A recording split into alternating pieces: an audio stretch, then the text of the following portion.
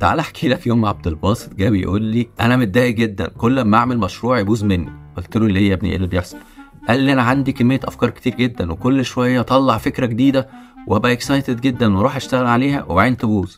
قلت له طب وانت بتنظم الفكره ازاي؟ قال لي لا انا ما بنظمش، انا اي مشكله ادور لها على حل كرييتيف وساعتها يبقى المشكله تتحل، لكن انا مش هقعد اعرف نفسي بنظام ووجع قلب. قلت له طيب بص، هي الناس نوعين، في ناس كرييتيف وبتحب الابداع، وفي ناس عندها نظام وبتحب تمشي بالنظام. لو واحد كرييتيف زياده عن اللزوم فده ممكن يخليه يوصل لمرحله الفوضى او الكيوس، ولو واحد طول الوقت في النظام نظام نظام ده بيبقى عنده ستاجنيشن او عنده تجمد في مكانه. الحقيقه حاجه كويسه ان احنا يبقى عندنا الامكانيات دي، بس خلي بالك الناس اللي زيك اللي عندهم دايما افكار من غير ما يطلعوا اي نظام، غالبا الافكار بتاعتهم ما بتشوفش النور وما بتكملش ان هم يشوفوا المنتج بتاعهم. واحد من اهم الشخصيات في التاريخ اللي كان عنده القدره دي كان ليوناردو دافنشي. دافنشي كان راجل عبقري، طول الوقت بيطلع افكار وطول الوقت عنده اختراعات.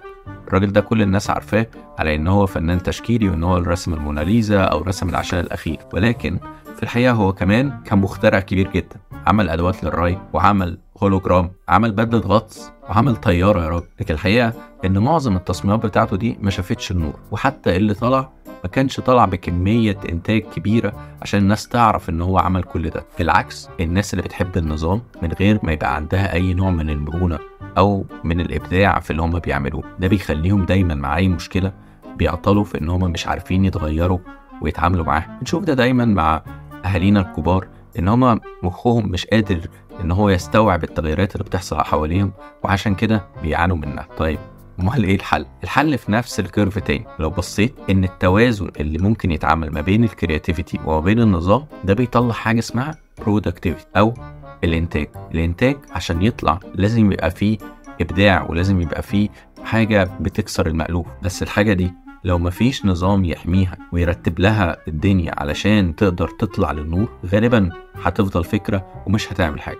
والعكس، لو مجرد ان واحد ماشي على النظام وما عندوش اي نوع من الابداع، ففي الاخر الدنيا هتقف معاه ومش هيعرف يكمل. يا ترى انت بقى مين فيهم؟ جرب ان انت تاخد الاختبار اللي هنعمل لك اللينك بتاعه في الديسكريبشن تحت، او هتلاقيه على صفحه الفيسبوك بتاعك، وشوف والله انا عندي اكتر مخي بيعتمد على الكرياتيفيتي اكتر ولا بيعتمد على النظام اكتر. وفكر والله انا عايز اطور النص التاني بتاعي ولا عايز ابقى بشتغل في تيم يحكم الكرياتيفيتي بتاعتي، او تيم يساعدني في ان انا الاقي حد مبدع وانا اللي اعرف انظم له التاني. جرب تاخد الاختبار الاول وشوف انت مين فيهم، وبعدين نفكر ممكن نختار اي اختيار من الاختيارين.